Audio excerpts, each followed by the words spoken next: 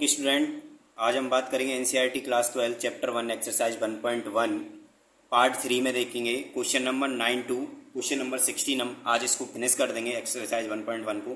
तो देखते हैं question number 9। So that the relation R in the set A x belongs to Z such that 0 less than x less than equal to 12। जो set दिया हुआ है वो हमें दिया हुआ है 0 1 2 3 डॉट डॉट डॉट 12 तक। ये हमें एक सेट दिया हुआ है और इसमें कहा गया है सेट के अंदर कि फर्स्ट पार्ट में जो रिलेशन है वो हमारे पास रिलेशन गिवन है a comma B such that mod a minus B is a multiple of 4। ये हमें एक रिलेशन दिया हुआ है, तो आपको ये सब क्लियर होगा। इसके बाद आप बात समझेंगे। यहाँ पे सबसे पहले जो रिलेशन है उसमें हमें एक रोस्टर फॉर्म तैयार करनी है। और रोस्टर फॉर्म कैसे तैयार करेंगे? ए में से अगर बी जाए तो वो मल्टीपल 4 का आना चाहिए। ए में से अगर बी जाए तो वो मल्टीपल 4 का आना चाहिए। जैसे सबसे पहले अगर रोस्टर फॉर्म बनाए तो यहाँ पे क्या हो सकता है, देखिए 0 कॉमा 0, 0 में से 0 जाएगा तो भी मल्टीपल 4 होगा। 1 कॉमा 1 हो सकता है, 2 कॉमा 2 हो सकता है, 3 कॉमा 3 हो सकता है, डॉट डॉट डॉट 12 कॉमा 12 भी हो सकता है। ये यहां तक तो हमारे क्लियर होंगे। इसके बाद आगे हम बात करेंगे इसमें और क्या हम ले सकते हैं इस रिलेशन में। जैसे हमने ले लिया 1 के साथ कौन आ सकता है, 5 आ सकता है, ठीक है। 0 के साथ और कौन हो सकता है, 4 आ सकता है। 0 के साथ कौन आ सकता है, 8 आ सकता है। 0 के साथ कौन आ सकता है, 12 आ सकता है। सिमिलरली हमने 0 का ले लिया, अब 1 के साथ क्या लिया, 5, और 1 के साथ क्या हो सकता है, 9 हो सकता है, ठीक है। 2 के साथ कौन हो सकता है जिससे मल्टीपल ऑफ 4 आ जाए, 2 में से 6 जाएगा तो 4 बच जाएगा। 2 के साथ कौन आ सकता है, 10 आ सकता है। 3 के साथ कौन आ सकता है, 3 के साथ मल्टीपल ऑफ 4 किससे आ सकता है, 7 आ सकता है। 3 के साथ और क्या आ सकता है, 11 आ सकता है। 4 के साथ क्या हो सकता है, 4 के साथ 4 तो है ही, 4 के साथ 4 तो है ही। और क्या हो सकता है, 4 के साथ 0 भी हो सकता था। 4 के साथ और क्या हो सकता है, 4 के साथ हो सकता है हमारे पास 8 हो सकता है। और 4 के साथ हमारे साथ क्या हो सकता है, 12 हो सकता है। तो कहीं ना कहीं आपको बात क्लियर होगी, इस तरीके की हमारी फॉर्म बनेगी, ठीक है। यहाँ पे और भी सेट्स आएंगे 5 के साथ, 6 के साथ। तो यहाँ पे हमें बात क्या समझनी है, समझते हैं। सबसे पहले इसमें हमें चेक करना है कि ये सो दैट करना है हमें, ये जो मल्टीपल ऑफ 4 है हमारे पास जो सेट दिया हुआ है ये एक कैसा होना चाहिए, इक्विवेलेंस रिलेशन होना चाहिए। हमें क्या फाइंड करना है, इक्विवेलेंस रिलेशन चेक करना है। तो इक्विवेलेंस रिलेशन चेक करने के लिए सबसे पहला जो आता है वर्क हमारा, वो आता है रेफ्लेक्सिव का। किसका आता है, रेफ्लेक्सिव। और रेफ्लेक्सिव क्या कहता है, रेफ्लेक्सिव कहता है A comma A belongs to R for every element of set A. यहाँ पे सेट देखो 0 0 1 1 2 2 सबके डबलेट चाहिए, तो सबके डबलेट हमें मिलेंगे। It means it is a reflexive. आप कोई भी चेक कर सकते हो, 0,0 से लेके कहाँ तक 12,12 तक बिलोंग करेंगे रिलेशन को। जब ये बिलोंग कर रहे हैं तो इसका मतलब क्या हो गया, एक रेफ्लेक्सिव हो गया।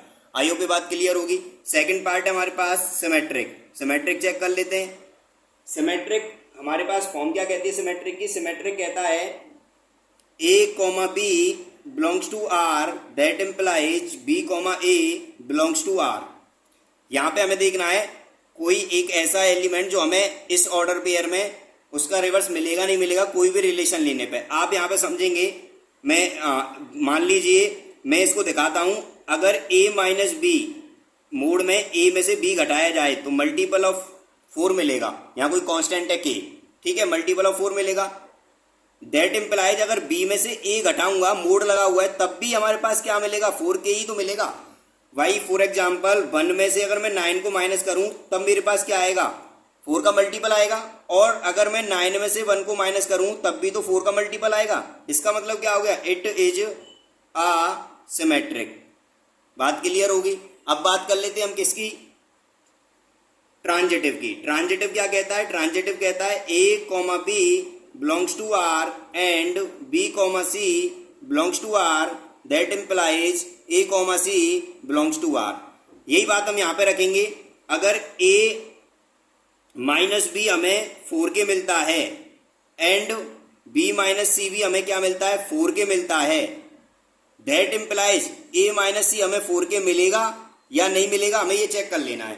तो देखें यहाँ पे a माइनस बी हमें 4k मिला, b माइनस सी मोड में हमें कितना मिला 4k मिला, तो a माइनस सी भी 4k मिलेगा। क्यों मिलेगा यहाँ पे अंडरस्टैंड करेंगे। अगर मैं इस बात को यहाँ पे ऐड करके करूं इस वर्किंग, तो देखो a माइनस सी बचेगा मेरे पास, a माइनस सी बचेगा क्योंकि b से भी कैंसिल हो जाएगा और 4k कितना हो जाएगा 8k हो जाएगा। ये भी किसका मल्टीपल है, मल्टीपल ऑफ 4। ये भी किसका मल्टीपल है, multiple of 4। It means it is transitive. ये हमारे पास क्या हो गया, ट्रांजिटिव हो गया। जब ये ट्रांजिटिव है तो so it is equivalence relation. कैसा रिलेशन हो गया ये, इक्विवेलेंस रिलेशन हो गया। आइयो भी बात क्लियर होगी। अगर हम रिफ्लेक्सिव में ये रिलेशन नहीं भी बनाते तो रिफ्लेक्सिव में हम थोड़ा सा और वर्किंग कर सकते थे। क्या, इस रिफ्लेक्सिव को अगर मैं ये कहता mod a minus A equals to क्या मिलता है हमें 0, और 0 क्या है, मल्टीपल ऑफ 4 है। 0 क्या है, मल्टीपल ऑफ 4 बिल्कुल है। It means it is reflexive. हम इसको ऐसे भी शो कर सकते हैं रेफ्लेक्सिव को।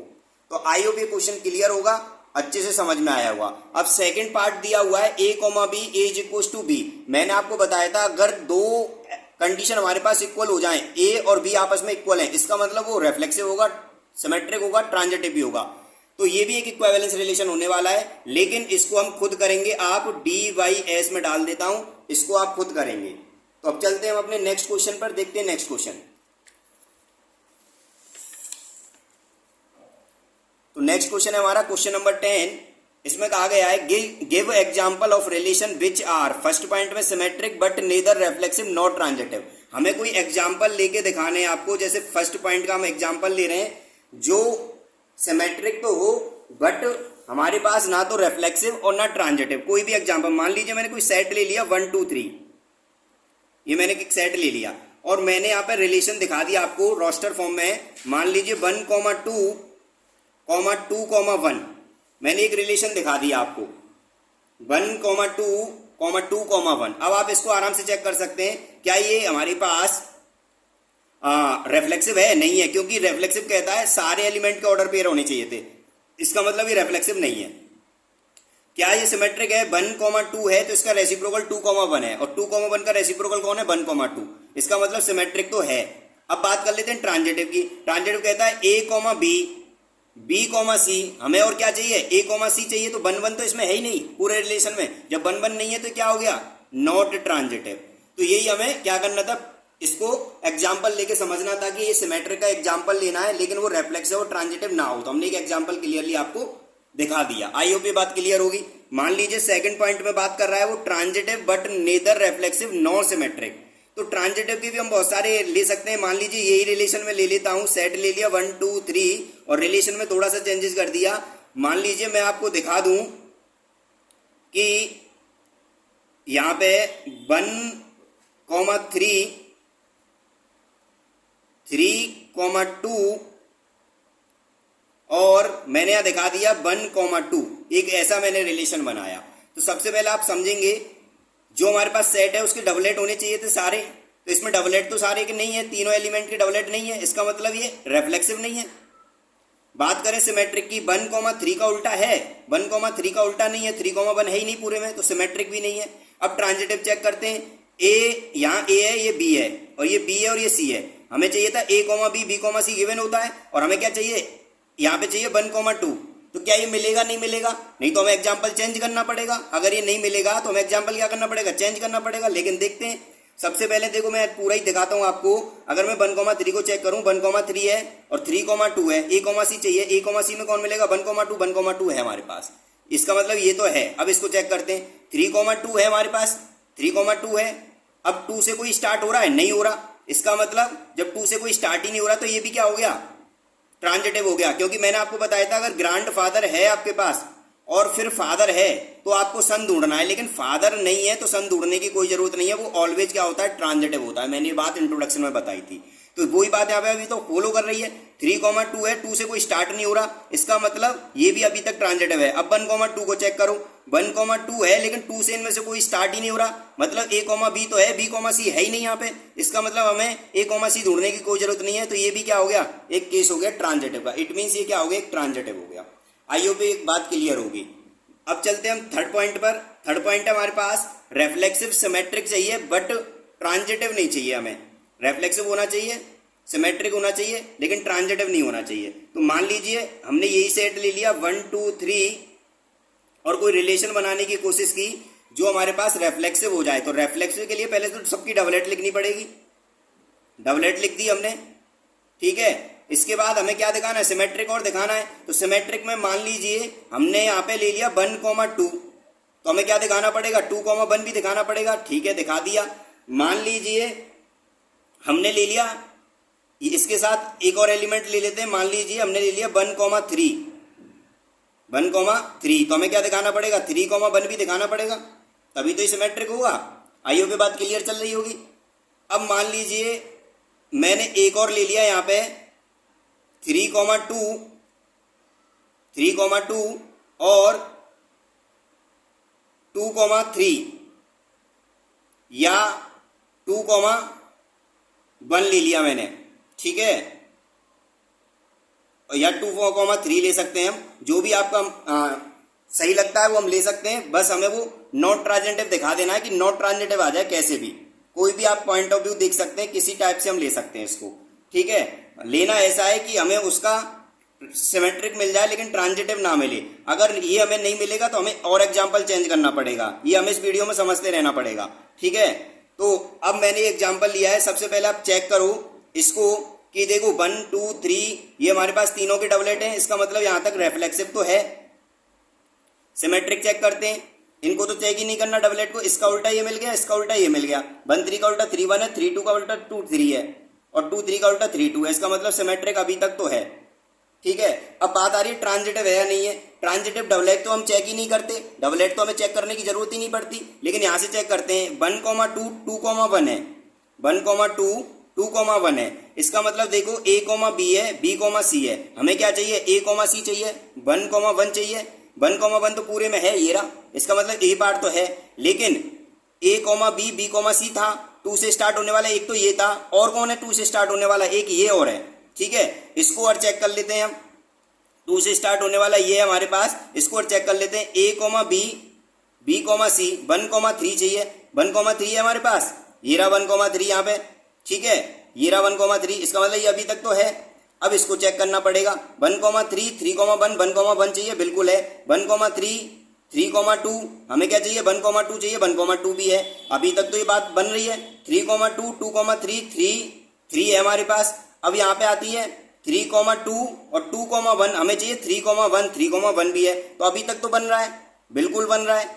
अगर हम एक और इसमें एलिमेंट बढ़ा दें, फॉर एग्जाम्पल मैंने यहाँ में एक और एलिमेंट मुझे बढ़ाना है ताकि बात हमारी जो है नेगलेक्ट हो जाए, बात हमारी नेगलेक्ट हो जाए, बात कंप्लीट ना बने, मुझे एक ऐसा एलिमेंट बढ़ा देना। आप चाहो तो इसमें एक पोर्शन और कर सकते हो, मान लो मैं ये रिलेशन हटा दूं यहाँ से, ठीक है, मैंने ये रिलेशन हटा दिया तो सिमेट्रिक पे कोई फर्क नहीं पड़ेगा, बिल्कुल सिमेट्रिक है। लेकिन अब इसको हम चेक करें, 1 A, B, B, C है, 1,1 तो मिल गया, लेकिन अब देखो A, B और 2 से स्टार्ट होने वाला 3, तो यहाँ पे 1,3 नहीं है, इसमें चेक कर लो आराम से इस रिलेशन को, 1,2 2,3 में 1,3 अब मेरे पास नहीं है। जब 1,3 नहीं है तो कैसा हो गया ये, नॉट ट्रांजिटिव।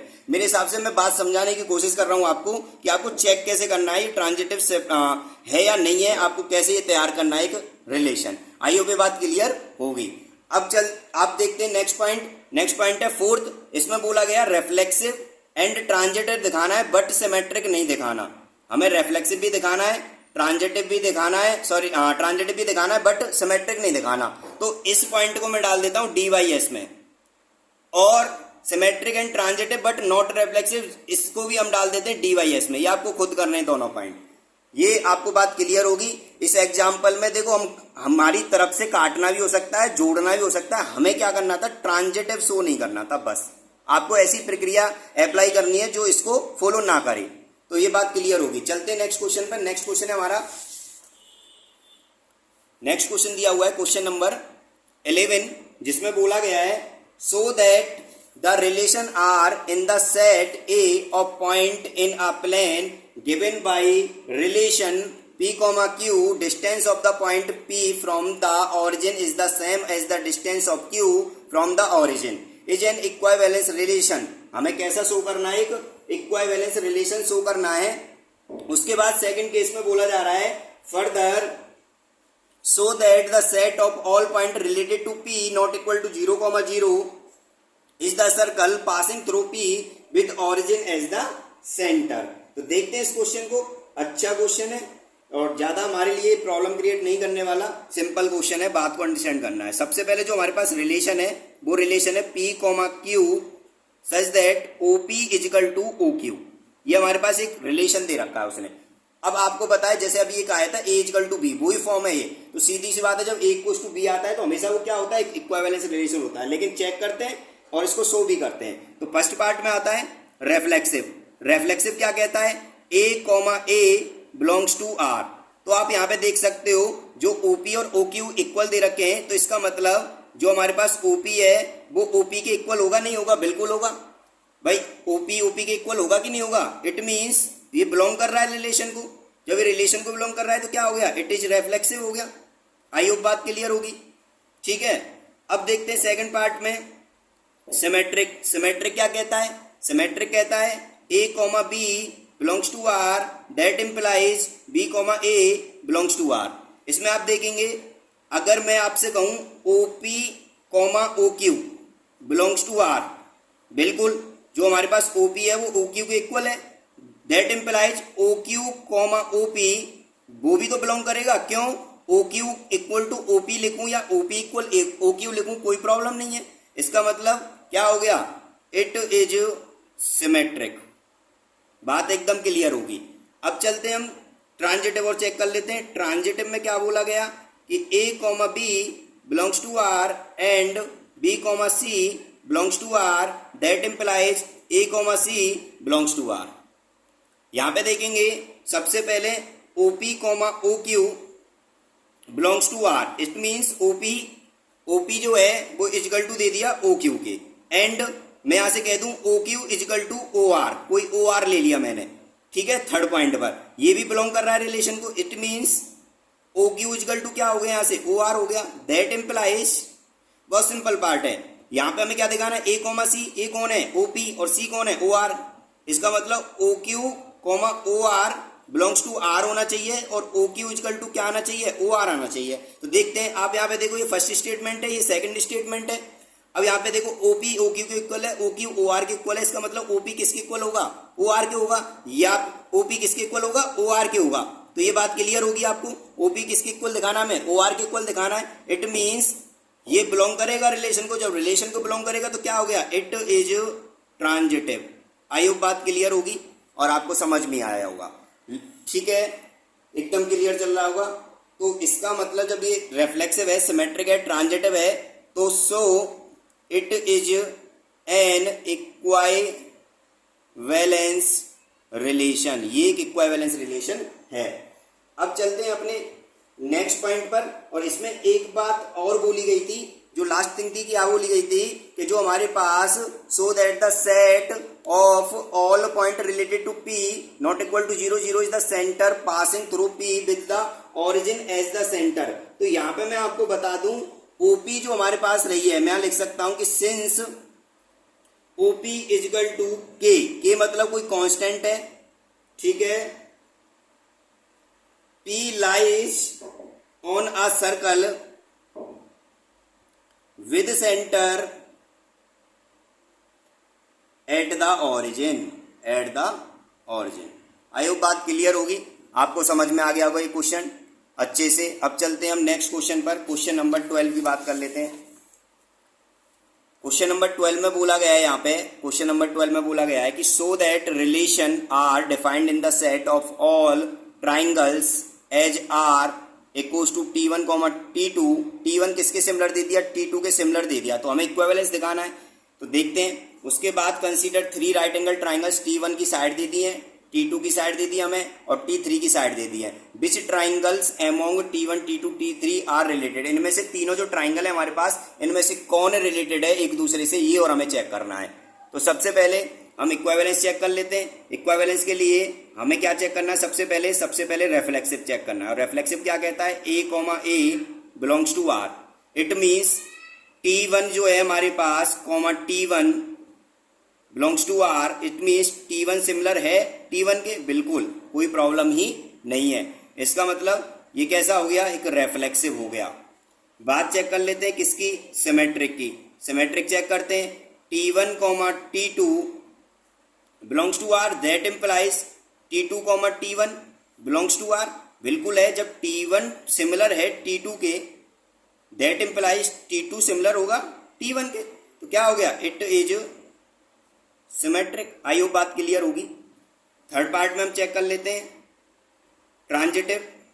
ट्रांजिटिव क्या कहता है, A, B belongs to R and B, C belongs to R, that implies A, C belongs to R। तो यहाँ पे देखो, अगर T1, T2 belongs to R है, मतलब T1 जो है वो सिमिलर है T2 के, एंड T2, T3 भी बिलोंग कर रहा है रिलेशन को, इट मीन्स T2 किसके सिमिलर हो गया, T3 के। तो हमें क्या शो करना है कि जो T1 है वो T3 के साथ भी सिमिलर होना चाहिए। तो आप आराम से चेक कर सकते हो, जब T1 T2 के सिमिलर है और T2 T3 के, इट मीन्स T1 किसके सिमिलर होगा, T3 के होगा, बिल्कुल होगा। तो इसका मतलब क्या हो गया, इट इज ट्रांजिटिव। जब ये ट्रांजिटिव हो गया, सो it is N equivalence relation. एक इक्विवेलेंस रिलेशन हो गया। जब ये इक्विवेलेंस रिलेशन हो गया तो हमारे यहाँ पे ये कंडीशन प्रूव हो गई कि हमें इक्विवेलेंस रिलेशन दिखाना था। अब साथ में हमें क्या दिखाना है, T1 की जो साइड है, T2 की जो साइड है और T3 की जो साइड है, वो T1 T2 T3 किसके रिलेटेड है। तो सिमिलर की अगर बात करें तो सिमिलर को हम जल्दी से पहचान सकते हैं। रिलेटेड के लिए आप यहाँ पे देखो 3, 4, 5 है, 3, 4, 5 मतलब एक राइट एंगल ट्राइंगल बना रहा है, और 5, 12, 13 भी एक राइट एंगल ट्राइंगल बना रहा है, और 6, 8, 10 भी एक राइट एंगल ट्राइंगल बना रहा है। सबसे पहले तीनों राइट एंगल है, लेकिन सिमिलर कहता है कि जो साइड है वो रेशियो में आनी चाहिए। किसमें आनी चाहिए, रेशियो में। तो देखो आप 3/5 या 4/12 या 5/13, मतलब T1 और T2 जो है हमारे पास वो रिलेटेड नहीं है, नॉट रिलेटेड। बट अगर हम T1 को एंड T3 को चेक करें तो 3 की जो साइड है हमारे पास, 3 2 जा 6, 1/2 रेशियो आ जाएगा, 4/2 मतलब 1/2 आ जाएगा, और 5 का 10 से करेंगे तो ये भी 1/2। तीनों साइड कैसी आ रही है, प्रोपोर्शन में आ रही है। और ये हमारे पास ट्राइंगल दोनों कैसे बना रहे थे, एक राइट एंगल ट्राइंगल बना रहे हैं। इसका मतलब T1 and T3 are related to each other. I hope बात समझ में आ गई होगी। हमारे पास जो T1 और T3 है वो रिलेटेड हो रहे हैं, ना कि T1 T2 और ना ही T2 T3 रिलेटेड नहीं है, केवल T1 और T3 हमारे रिलेटेड है। तो ये क्वेश्चन नंबर 12 भी आपको समझ में आया होगा, अच्छे से क्लियर होगा। चलते हैं हम अपने नेक्स्ट क्वेश्चन पर, देखते हैं क्वेश्चन नंबर 13। क्वेश्चन नंबर 13 में बोला गया है, so that the relation R defined in the set A of all polygons as R P1 P2, P1 and P2 have the same number of side. P1 में जितनी side है उतनी ही P2 में side दे रखी हैं।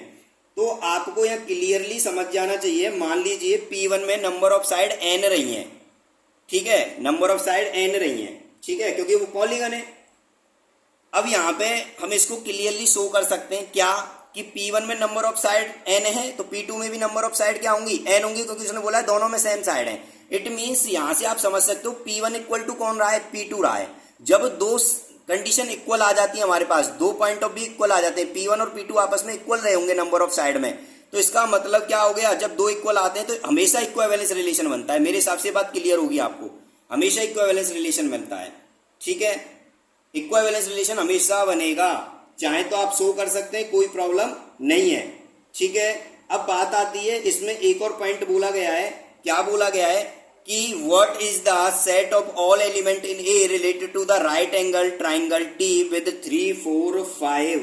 आप खुद बताओ, जब हमारे पास एक सेट है, सेट क्या है, सेट मान लो ए है और वो है आपके पास सेट ए कि set of all the triangles in a plane, एक प्लेन पर हमारे पास सभी ट्राइंगल दे रखे हैं, सेट दे रखा है ए हमारे पास, तो सभी ट्राइंगल का हिस्सा कौन होगा? 3 4 5 वाला ट्राइंगल होगा। कौन सा ट्राइंगल? राइट एंगल ट्राइंगल, इसी का तो पार्ट है, इसी का पार्ट है हमारे पास।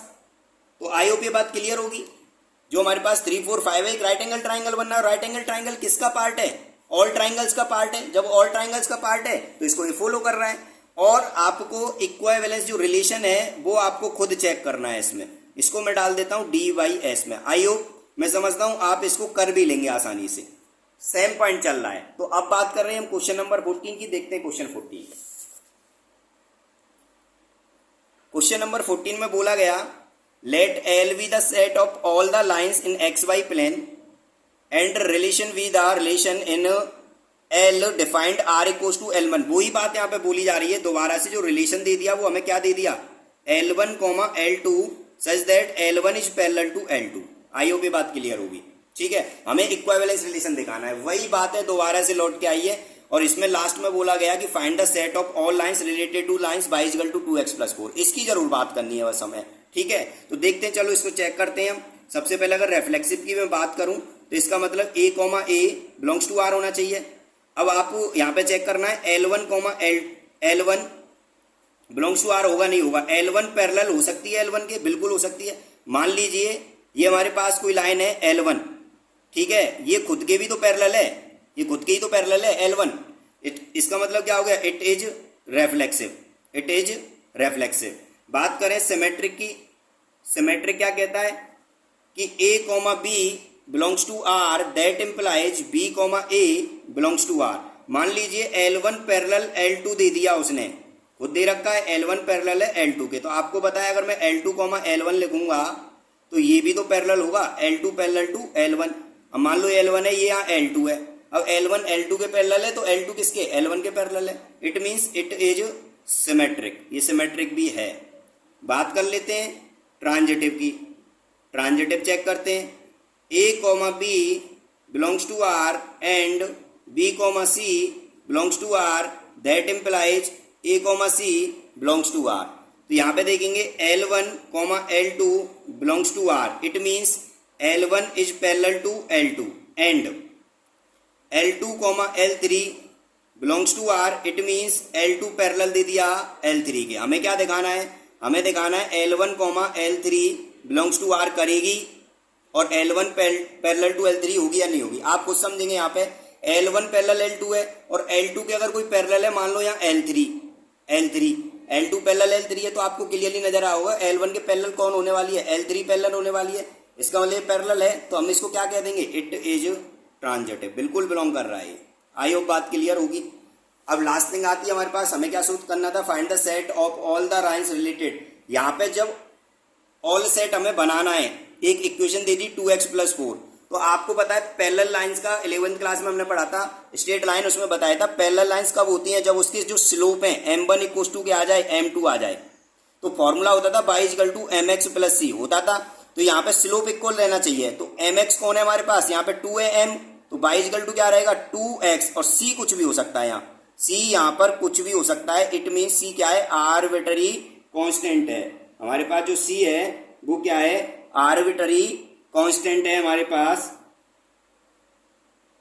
तो ये कांस्टेंट हमें दे दिया, आर्बिट्ररी कांस्टेंट। मतलब क्या है? इसका मतलब ये है, मान लीजिए आप कह दो y equal to 2x+1, y equal to 2x+2, y equal to 2x+3, कुछ भी आप कह सकते हो। c को चेंज किया जा सकता है लेकिन स्लोप को चेंज नहीं किया जा सकता। ऐसी हमें एक सेट बनाना था, तो हमारा जो प्रॉपर सेट है वो कौन रख देंगे हम? y इक्वल टू 2x+c कह देंगे। यहाँ पर वो सेट ऑफ ऑल लाइंस बन जाएगा जो पैरेलल बिलोंग करेगा। आई होप ये क्वेश्चन भी क्लियर होगा। चलते हैं हम अपने नेक्स्ट क्वेश्चन पर, क्वेश्चन नंबर 15। क्वेश्चन नंबर 15 में बोला गया है, यहाँ पे चेक कर लेते हैं। 15 में बोला गया let R be the relation in the set 1 2 3 4 given by relation 1 2 2 2 1 1 4 4 1 3 3 3 3 2। Choose the correct answer. तो सबसे पहले जो रिलेशन है हम उसको नोट कर लेते हैं। रिलेशन है हमारे पास 1, 2, 2, 2, 1, 1, 1, 4, 4, 1, 3, 2 सबसे पहले जो सेट है हमारे पास यहाँ पर 1 2 3 4 है, तो 1 2 3 रेफ्लेक्सिव के लिए हमें सबकी डबलेट चाहिए। तो 1 की डबलेट है, 2 की डबलेट है, 3 की डबलेट है, 4 की डबलेट है। तो सबसे पहले रेफ्लेक्सिव तो है सर, ठीक है। बात कर लेते हैं सिमेट्रिक की। 1 2 क्या 2 1 है इस पूरे में? 2 1 ही नहीं है। 1 2 तो है लेकिन 2 1 इसमें नहीं है। जब ये नहीं है तो क्या हो गया? नॉट सिमेट्रिक हो गया। सिमेट्रिक तो नहीं है, ये सिमेट्रिक नहीं है। अब ट्रांजिटिव की बात कर लेते हैं। ट्रांजिटिव क्या कहता था? A, B, B, C और A, C हमें ढूंढना होता है। तो हमें डबलेट तो कभी चेक ही नहीं करनी, जिस पर मैंने डैश लगा रखे हैं वो तो चेक ही नहीं करने। हम चेक करते हैं 1 2 से। तो देखो A, B है, B, C है, तो A, C चाहिए 1 2 ये रहा। इसका मतलब इसके साथ तो बिलोंग कर रहा है। 2 से और कोई स्टार्ट हो रहा है? नहीं हो रहा। इसका मतलब इसका काम खत्म हो गया। डबलेट हमें चेक नहीं करना है, डबलेट हमें चेक नहीं करना, डबलेट चेक नहीं करना। 1 3 पे आते हैं।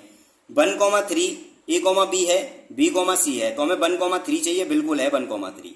और 3 से कौन स्टार्ट हो रहा है? ये हो रहा है यहां से स्टार्ट। तो देखते हैं 1 3 3 2 हमें चाहिए 1 2 1 2 चेक करो पूरे में। बिल्कुल है, ये रहा, बिल्कुल है हमारे पास। इसका मतलब अभी तक तो ट्रांजिटिव है यहां तक, डबलेट चेक नहीं करना। अब इस लास्ट पॉइंट को चेक कर लेते हैं। तो 3 2 को देखो, A, B 2 से स्टार्ट होने वाला है ये।